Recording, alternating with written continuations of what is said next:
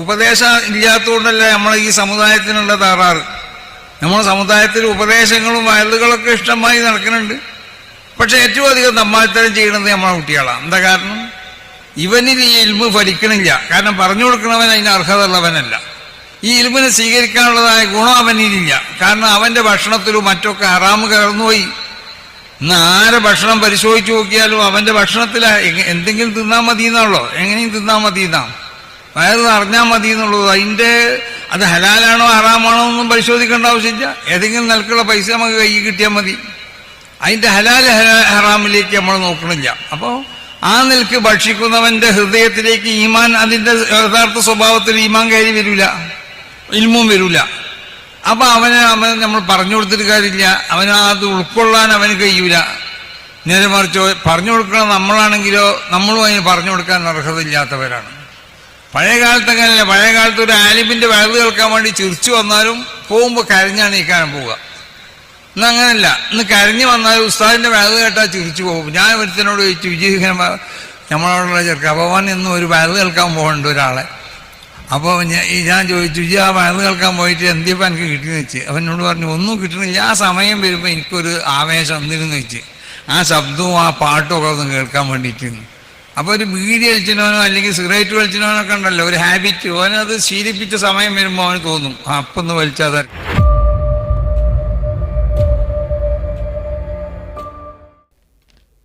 അസ്സലാമു അലൈക്കും വറഹ്മത്തുള്ളാഹി. പ്രിയമുള്ളവരെ, നിങ്ങൾ ബഹുമാനപ്പെട്ട ജെഫ്രി മുത്തുക്കോയ തങ്ങൾ പറഞ്ഞ കാര്യം, അദ്ദേഹം നടത്തിയ പ്രഭാഷണം നിങ്ങൾ കേട്ടല്ലോ. ഇവിടെ നമുക്ക് മനസ്സിലാക്കാനുള്ളത് അവരുടെ വരുമാനം, ഈ പണ്ഡിതന്മാരുടെ, മതപണ്ഡിതന്മാരുടെ വരുമാനത്തിൻ്റെ കാര്യത്തിലാണ്, അവരുടെ ഭക്ഷണത്തിൻ്റെ കാര്യത്തിലാണ്, അവരുടെ ജീവിതത്തിൻ്റെ കാര്യത്തിലാണ്. അവരുടെ വരുമാനം വല്ലാത്ത ഒരു അവസ്ഥയിലേക്ക് എത്തിയത് കൊണ്ടാണ്. ശരിയായ രീതിയിൽ വരുമാനമുള്ളവർ, അതുപോലെ നല്ല രീതിയിലുള്ള വരുമാനം, ഹലാലായ രീതിയിലുള്ള വരുമാനമുള്ളവർ അല്പമെങ്കിലും ഓരോ പള്ളിയിൽ നിന്ന് കിട്ടുന്ന ശമ്പളം അതിൽ അവർ ബർക്കത്തോടുകൂടെ കഴിയുന്നു. ഒരുപാട് ആൾക്കാരുണ്ട്, നമുക്കറിയാവുന്ന ഒരുപാട് ഉസ്താദന്മാരുണ്ട്. അവർക്ക് വേറെ ഒരു മേഖലയും ഇല്ല. അതിൻ്റെ പ്രവർത്തനവും, ദീനീ പ്രവർത്തനവും, മദ്രസ എടുക്കലും, പള്ളി പരിപാലിക്കലും, പള്ളിയുടെ എല്ലാ ജോലി ചെയ്തും കൊണ്ട് അവിടെ ഖത്തീബായും മദ്രസ എടുത്തും ഓരോ ജമാഅത്തിൽ ഒറ്റ ഒരാൾ മാത്രം ജോലി ചെയ്യുന്ന അവരുണ്ട്. അവരുടെ മക്കളും നല്ല രീതിയിൽ പഠിക്കുന്നുണ്ട്. അവർക്ക് ബർക്കത്താണ്.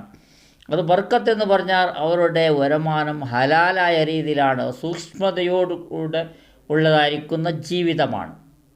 അതാണ് ബഹുമാനപ്പെട്ട തങ്ങൾ പറഞ്ഞത്.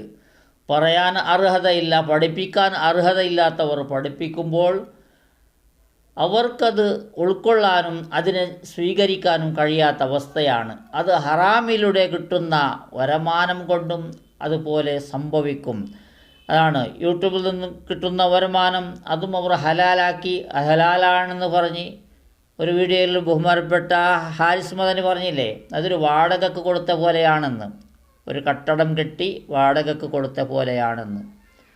അതിൽ നിന്ന് കിട്ടുന്ന വരുമാനം അതൊരു വാടക കിട്ടിയതുപോലെയാണ്, അത് ഹറാം അല്ല എന്ന രീതിയിലുള്ള ഒരു വാക്കും അദ്ദേഹത്തിൽ നിന്ന് കേട്ടതാണ്. അദ്ദേഹം ഒരു യൂട്യൂബറാണ്, അതുകൊണ്ടാണ് അദ്ദേഹം അതിനെ തർക്കിച്ചത് അത് ശരിയാണെന്ന്. അപ്പോൾ അത് വാടക കൊടുത്തതുപോലെ ആകാൻ സാധ്യമല്ല. പറഞ്ഞാൽ യൂട്യൂബിൻ്റെ വരുമാനം എല്ലാവരും കൈപ്പറ്റുന്നെങ്കിലും ഹറാമിനെ ഹറാമാണെന്നേ പറയാവൂ, ഹലാൽ എന്ന് പറഞ്ഞ് നടക്കാൻ പാടുള്ളതല്ല. ഹറാമിന് ഹറാം എന്ന് പറയാനുള്ള ദീനി പണ്ഡിതന്മാരെ നാക്കിന്നെങ്കിലും നമ്മൾ കേൾക്കണ്ടേ. അത് ശരിയാണെങ്കിൽ ശരി, തെറ്റാണെങ്കിൽ തെറ്റെന്നാണ് അവർ പറയേണ്ടത്. അവർക്ക് വേണ്ടതുപോലെ ഇതിനെ മാറ്റി തിരുത്തി എഴുതാനോ പറയാനോ മറ്റുള്ളവർക്ക് പഠിപ്പിക്കാനോ, അതുകൊണ്ട് നല്ല ഉത്സാഹത്തോടു കൂടെ ചെയ്ത് അവസാനം എന്തെല്ലാം രീതിയിലുള്ള കാട്ടിക്കൂട്ടലാണ് വന്നത്. അതുകൊണ്ട് അവരുടെ വരുമാനവും അവരുടെ ഭക്ഷണവും ഹലാലായിട്ടുണ്ടെങ്കിൽ അവർ പഠിപ്പിക്കുന്ന ദീനും മറ്റുള്ളവർക്ക് ഉൾക്കൊള്ളാനും അവർക്ക് അതിൽ നിന്ന് കിട്ടുന്ന വാല്യൂം അവർക്ക് വില കൽപ്പിക്കുന്നു എന്നാണ് അതിൻ്റെ അർത്ഥം. അതുകൊണ്ട് നല്ലപോലെ ചിന്തിക്കേണ്ട കാര്യമാണ് പണ്ഡിതന്മാർ, ഉസ്താദന്മാർ.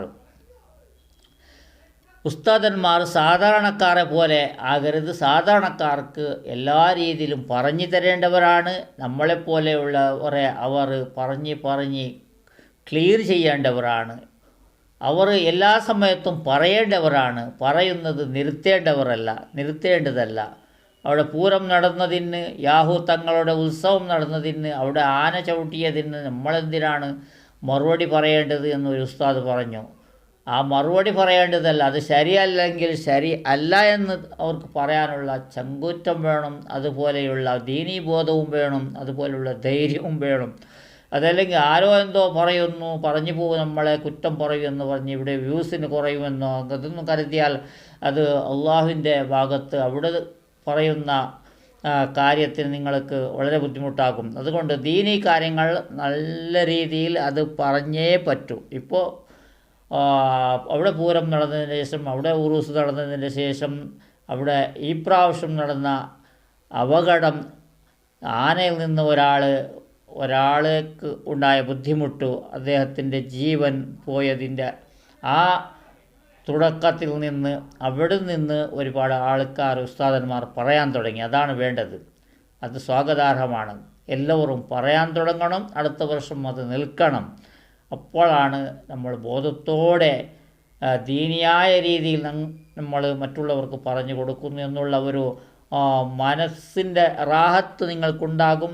അതുകൊണ്ട് പറയുന്നവരുണ്ടെന്ന് കരുതി ഇതുപോലെയുള്ള ചെയ്യുന്ന നാടകങ്ങളും അക്രമങ്ങളും അനീതികളും ഹറാമിയത്തും കള്ളുകുടിച്ച് അവിടെ തുള്ളലും എല്ലാം ഉള്ളതുകൊണ്ട് ആ ഡാൻസും സ്ത്രീ പുരുഷന്മാരും എല്ലാം കലർന്ന അതുപോലെയുള്ള ഒരുപാട് നേർച്ച നടക്കുന്ന സ്ഥലത്തും ദുആ മജലിസിലും എല്ലാം സ്ത്രീ പുരുഷന്മാർ ഒന്നിച്ച് ഇരിക്കുന്നതായിരിക്കുന്ന കാര്യങ്ങൾ ഒരുപാട് സ്ഥലത്ത് ഇവിടെ ഈ യൂട്യൂബിൽ സെർച്ച് ചെയ്താൽ കാണാം.